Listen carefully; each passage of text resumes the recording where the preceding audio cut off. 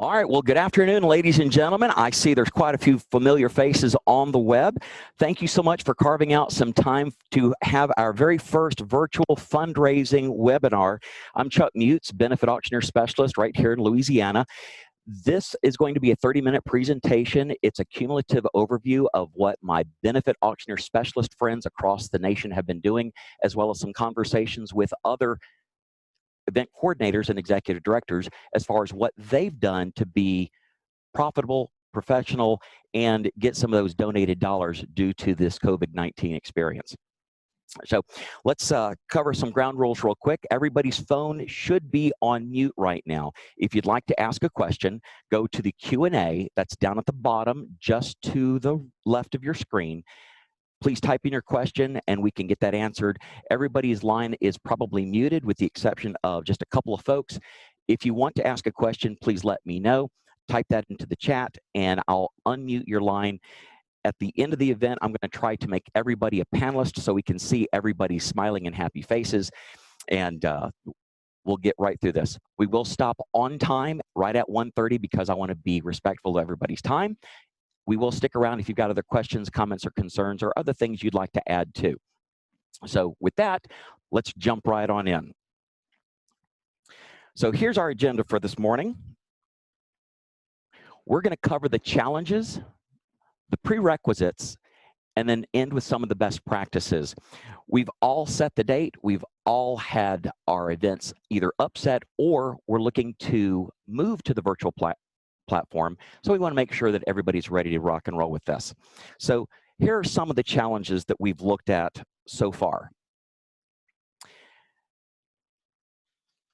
You've kept your donors in the loop. You've let them know that things have changed. You've let them know that it's moving to the virtual platform. One of the things you're going to need to make sure of is that you've got a meeting space.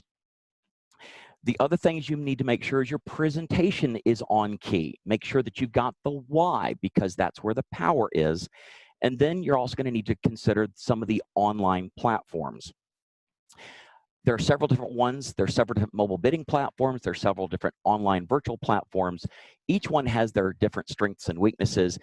We need to sit down together, or you and your team needs to sit down together to review each one to see which one is going to be the best for you and your team.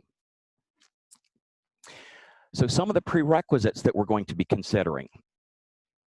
First off, oops,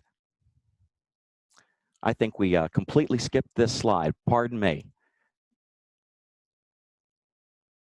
All right, here we go. The prerequisites that we're going to consider. You need studio space. The reason you need studio space is if anybody has watched late night television as of late, Jimmy Fallon, as an example, is a wonderful comedian. But since he's been doing his show from home, people have missed the laugh track. So you need a studio space that's going to be big enough for the executive director, the committee chair, the auctioneer, and his team. The reason why you want these people in the same studio space is to put the energy in the presentation. Again, Jimmy Fallon's going to crack a joke. It's going to be funny. We're sitting at home. We snicker a little bit, but without the laugh track, we're not going to get that real bang. During your presentation, when you're bringing up your executive director or the MC is presenting this or you're showing the video, you want people in the studio to applaud, to laugh, and to keep that energy in the room. WYS has their studio open and available, of course, for a fee, or you can choose to have your event at a hotel room or a hotel meeting room and bring in somebody like our friends at Showtime Rentals that can bring in the AV, the lights, to make sure that your presentation is professional.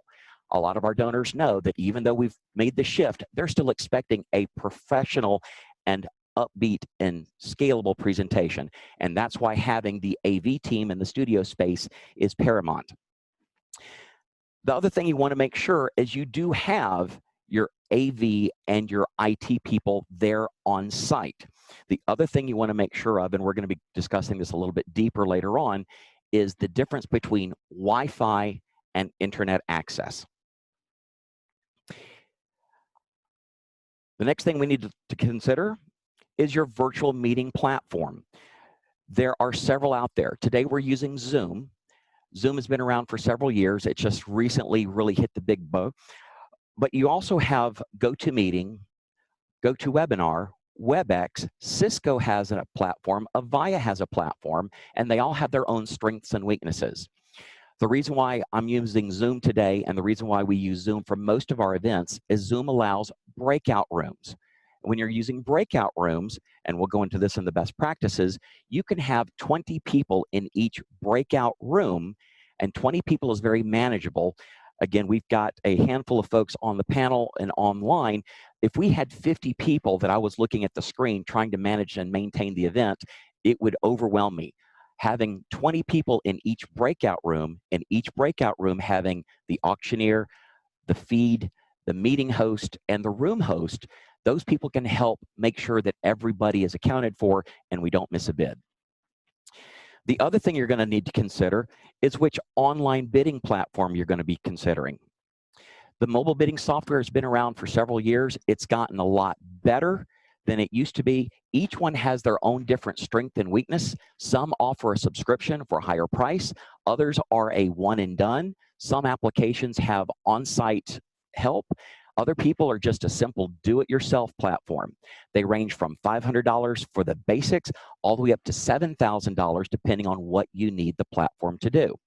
The ones that I use mainly are GiveSmart and Givergy.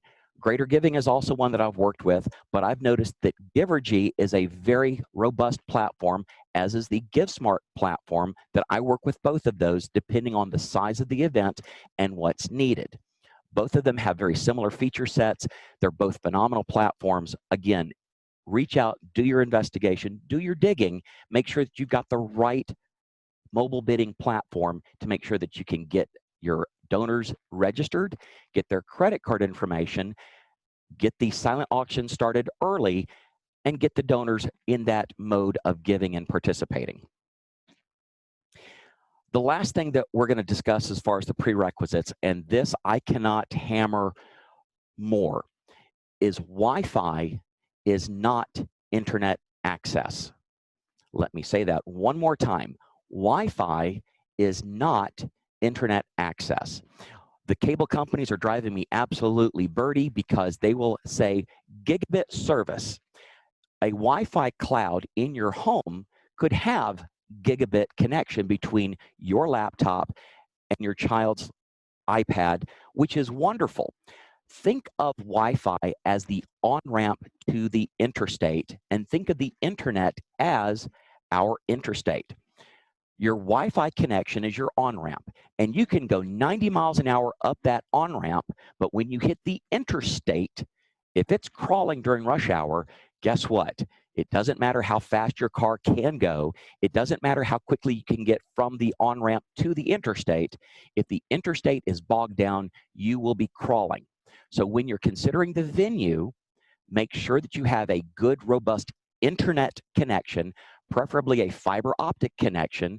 You also want to have a backup internet connection should your primary fail. We've all been in situations where the internet went out and we were dead in the water, and now your donors will be looking at a bare screen if there's no good internet access. So make sure you've got your primary, and if you need to use a wireless card as a backup plan, please do so. You'll notice in the panelist, you've got me, and you have 101 tie 10. That's my secondary. So should the primary Wi-Fi, the primary internet go down, I will simply switch to our backup plan. Make sure that you've got that in place as well.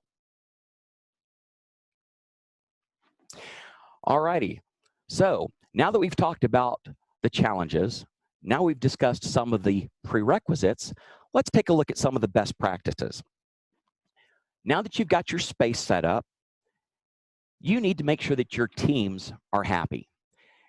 Now, one of my counterparts out in California sent bottles of wine to all of their porch party hosts.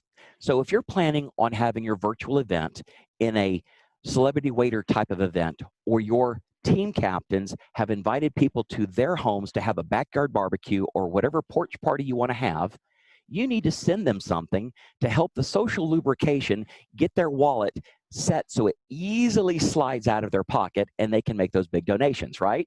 Go like this. Miss Erica, I can already see you nodding up and down. We need to make sure that your teams are happy because they're competing with their children, their pets, and what's on another channel. When we have an actual event and everybody's in that big meeting room, we have their undivided attention, with the exception of the cell phone going off, letting them know that they've been outbid, which is fine. But when we're dealing with the virtual platform, we need to make sure that we keep everybody's attention attuned. So what you're going to want to do is have your virtual meeting platform set up, have everybody happy, give them some food and wine. By the way, there are several different ways to get the food and wine to your venues. Grand Cru right here in New Orleans has a special rate for benefit events for the night of your event, where they can offer a 2, 4, or 6-pack of wine to be delivered to the porch party or to the chairperson's home or whoever's hosting that particular porch party. And then Carrabba's, Zia's, and Dave & Buster's have also put together special packages. If you'd like more information on that, again, you can reach out to me after the call and we'll discuss all those different packages. So now that your folks are happy, they've got food, they've got wine, they're feeling good, they're feeling comfortable, and they're happy, we need to continue to capture their attention. So now we're going to play some games. One of the things that we've seen work very well is having a scavenger hunt. Lay out the rules. Basically, everybody knows that right when the opening starts, before the official program, you're going to ask for 10 different items to be scurried about and found, such as a Saints jersey. Ask somebody to find a fishing rod. Ask somebody to present a trophy. And as people bring those scavenger items to the camera, you put their names in a fishbowl. And when the event is over, you draw one of those names to say the scavenger hunt winner is. And it can be something as simple as a $25 gift card to Carrabba's, a $50 gift card to Dave & Buster's, a bottle of wine from Grand Cru, whatever you'd like to have. That's a simple way to make sure that everybody's paying attention and you're having a little fun. You can come have it with the individual rooms competing against one another, or you can have a massive scavenger hunt where everybody's participating at once. It's up to you. For those of you that have been to my events before, you've seen us play heads or tails, where I flip a coin. I ask everybody that's bought a set of beads to put your hand on your head or your hand on your, that's right, your tail. But since we can only see from heads up, we can either do heads and hearts, or if you like shampoo, you can do heads or shoulders. It's up to you on how you want to play the game. Everybody gets to play. You're not asking people to buy into this. It's something simple that keeps all of your donors engaged before the actual program begins. So get them happy, get them fed, get them sauced, play some games, and then you're going to prepare for the ask.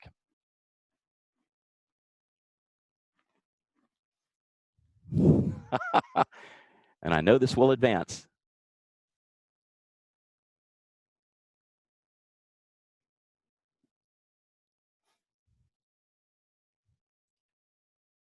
There we go. So now you're going to prepare for the ask. Once you're getting everybody ready for the ask, you've set the stage. Most people know there. Make sure that you've got your message ready to present to everybody. So we're going to go ahead and start looking at what you need to do to prepare for the ask. There we go. So now it's time to ask for your donation. Your message is absolutely key to making sure that everybody there knows why they're donating. The porch party captains, the table captains, they know why, but perhaps some of the people that they've invited to the event, they're not familiar with your organization as well as your team captain is. So you've got to share the why. And for those of you that are Matrix fans, you probably recognize this guy. He would always say, without the why, there is no power. The power is in the why. So when you're making your ask or you're preparing for your ask, make sure the why is ready to rock and roll. As an example, I was working for a cancer association several years ago, and they needed to have a new commuter van to pick up patients from the airport and bring them to the hospital. We broke that why down in very eatable chunks. How do you eat an elephant? One bite at a time, right? Go like this. So what we did is we took the commuter van and we broke it down by the chassis, by the engine, by the doors, the tires, even the tanks of gas. And we explained to everybody there that we're providing free service to the cancer patients, but we need to get them from the airport to the Hope Lodge. That was our reason why. We gave them the why. That was where the power was, and people donated, and they donated well. So make sure that you share your why. The other thing we need to keep in mind is most of the gala events are 3 to 4 hours long. You've got your patron party, you've got the presentation, you've got the live auction, and then everybody gets to go home. Now we have to keep our presentation short. Outside of the keynote speaker, 2 minutes is the maximum amount of time that your videos need to run, or individual speakers need to spend time on the stage. Again, we're dealing with attention requests from other folks. Again, the kids, the pets, Amazon delivering something to the door. All of those things are going to pull your donors' attention away. So keep your presentation short. Most of the folks recommend 45 minutes at most for the actual presentation and auction. Open up your porch parties early. If the event starts at 7, open the meeting rooms at 6 o'clock. Let people log in. Let the donors see one another. Set up your meeting room so they can all talk with one another. Also plan out who's going to be in which breakout room. If you know that Don and Betty like to have their tables close to one another, make sure that the person that's putting everybody in the different breakout rooms put those people together so they can say hello. The time before the presentation is when other donors are going to have the chance to chat with folks that they haven't seen in a year. So open that time, give them about an hour to log in, keep your presentation to 45 minutes, including the live auction, and then of course you're going to wrap up and get everybody ready to ask for the money. Have your live auction, show a very short positive clip, and then do the fund a need. When you're asking for the money, make sure that the presentation that you've got between the live auction and the paddle raise is positive.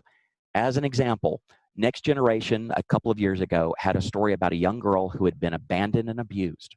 The first part of the video was showing where she had been.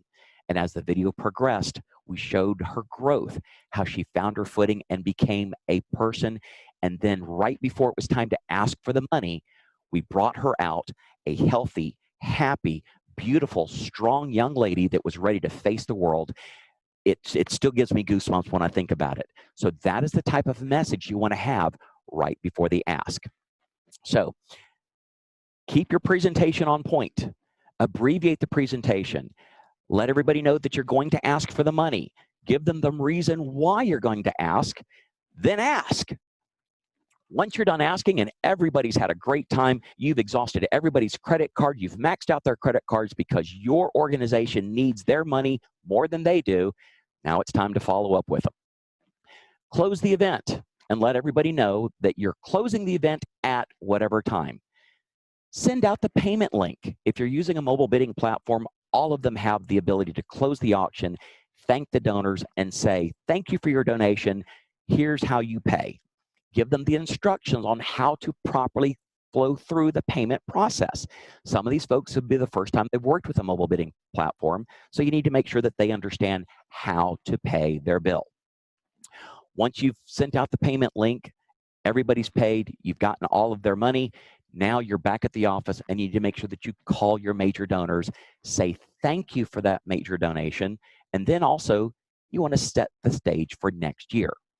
We are hoping that although this COVID-19 pandemic has caused the need for the virtual platform to be what we're going to be going to, the results have been so positive for some of the organizations that they are now going to add the virtual platform to their event next year. Of course, nothing can replace face-to-face handshakes and hellos, but they're going to add the virtual platform as an additional way to get some of those other donors, especially schools that grandma and grandpa live in Phoenix. With the mobile bidding platform, they were now able to participate in the silent auction. Using this platform, grandma and grandpa can now be a part of the live event. So again, don't charge folks for the silent auction. Open it up a couple of weeks early. Let folks that want to participate during the virtual event participate virtually. And of course, the folks that are going to be on site, make sure that we get them get them happy, and get them ready to make those donations. All righty. So 30 minutes is what I promised you. That took us 20. We've got about 10 minutes for open Q&A. So if anybody has any questions, this would be the time to either put it in the chat, or if you'd like to ask the question in the Q&A area, this would be your opportunity to do that. All right. Leah, any other virtual game recommendations? The scavenger hunt and the heads or tails have been the ones that I have seen done. You can still do the raffle ticket. There are several platforms that have the virtual raffle ticket ability, so you can still sell those raffle tickets online, and then the system will generate a winning person, and it actually sends the email or the text message to the person that actually won the raffle. As I get more information, I'll put this in the follow-up when we send out the recording of any other virtual game that folks can play. Cami, the non-techie donors, this is a challenge. Most of these platforms are easy enough that if you see it, abbreviated how-to guide, or with Zoom, most folks realize that simply clicking the application got them in the room. GoToMeeting has the same platform where you click a link, it automatically downloads the program to your laptop, and there it shows. When we've got the mobile bidding platforms, we simply need to get their phone number, and then those of you that, or those that have those questions, you may want to have a number to set up for help and assistance. Again, this was something that Showtime Rentals and I put together yesterday. We could have had on the bottom third where it says virtual fundraising events, you can have a phone number that says, for help logging in, call, and have a phone bank ready to take those technical questions from folks that may need a little extra assistance. All right. Now, one of the things that we were going to do was have an actual live auction. However, with the webinar feature, it does not allow everybody to be seen. So, and unfortunately, it's not allowing me to promote everybody to a panelist from the screen that I've got. I do apologize for that. So our next webinar will be just like this. Again, it'll be 2 weeks from now, same format, but instead of it being a webinar, it's actually going to be a Zoom meeting using the breakout rooms to make sure everybody can see. And then we will have a live auction. We will sell that signed Terrence Osborne print, as well as the signed Taysom Hill football. So again, if there are no other questions on the bridge, I'll say thank you so much. We'll give 5 minutes back to everybody on their day. Again, I'm Chuck Mutz with Black Tie Auctions. I will put the fun in your fundraiser. Thank you so much for logging in, and I hope to see everyone again soon. Thank you so much, and good night.